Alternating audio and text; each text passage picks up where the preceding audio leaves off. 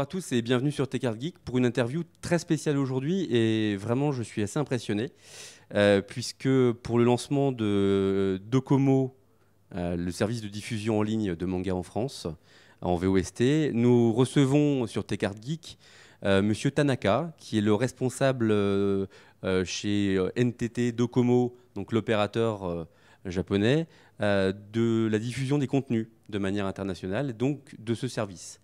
Donc déjà, je le remercie d'avoir pris du temps pour Techart Geek. Un grand merci à vous. Le service de Docomo en France est vraiment une nouveauté. Très clairement, c'est une offre qui propose donc 60 séries, 900 épisodes pour un abonnement très, très, très accessible en France. Quelle est la naissance et la genèse du projet? Comment est-ce que c'est né? On a d'abord lancé le même sorte de service au Japon et ça a attiré vraiment beaucoup d'abonnés. Et comme animé, c'est bien reçu internationalement. Donc, on voulait essayer maintenant au Japon. Une question, la France, c'est une cible principale pour diffuser du manga de manière internationale? 調査とか検討はしまして、その中でもやはりアニメであることと、実際にそのどれぐらいの Prior à ce lancement, on a fait bien beaucoup d'enquêtes et recherches et on était très sûr qu'il y a un grand intérêt qui existe en France. Et c'est ces dessins animés et basé à ces enquêtes, on croit qu'on peut proposer un grand service, cette sorte de plateforme bien en France par ailleurs. Au Japon, combien d'abonnés au service? En ce moment, vraiment beaucoup de monde s'est inscrit et c'est plusieurs milliers, par exemple, on m'a dit 500 000. Autre chose importante, aujourd'hui, donc c'est une offre de départ qui est forte. Vous vous placez sur le marché de manière assez forte, avec donc 60 séries, 900 épisodes, tout en VOST FR. À l'avenir, quel sera le délai pour arriver au catalogue japonais qui est aujourd'hui 10 fois plus? C'est-à-dire qu'on a, si je ne m'abuse, 600 séries et donc 9000 épisodes. Quel temps vous donnez pour proposer le même catalogue en France? Il y a certaines un peu de questions, pas nécessairement techniques, qu'on doit résoudre pour enrichir cette plateforme, mais on voudrait vraiment ajouter beaucoup plus de titres le plus tôt possible. Une autre question sur la traduction, sur la manière dont les épisodes sont traduits.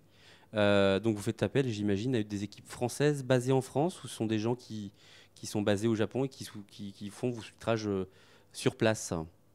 Ça a été traduit au Japon. On a collaboré avec une équipe qui font déjà beaucoup de traductions pour exporter au Japon.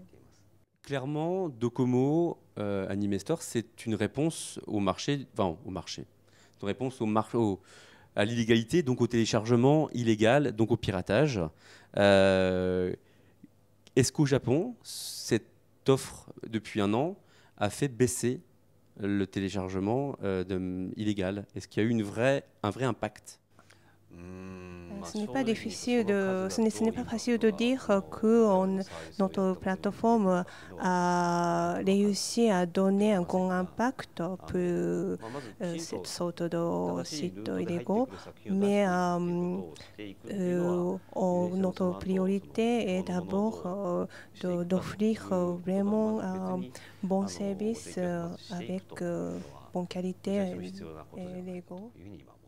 J'ai une dernière question, j'espère qu'elle va être claire.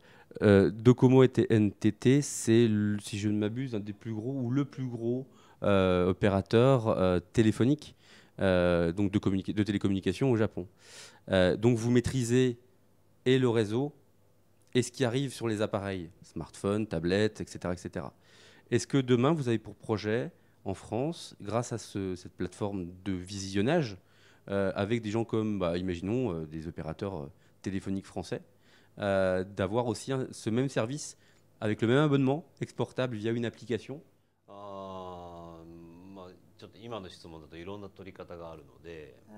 En ce moment, on fait le service sur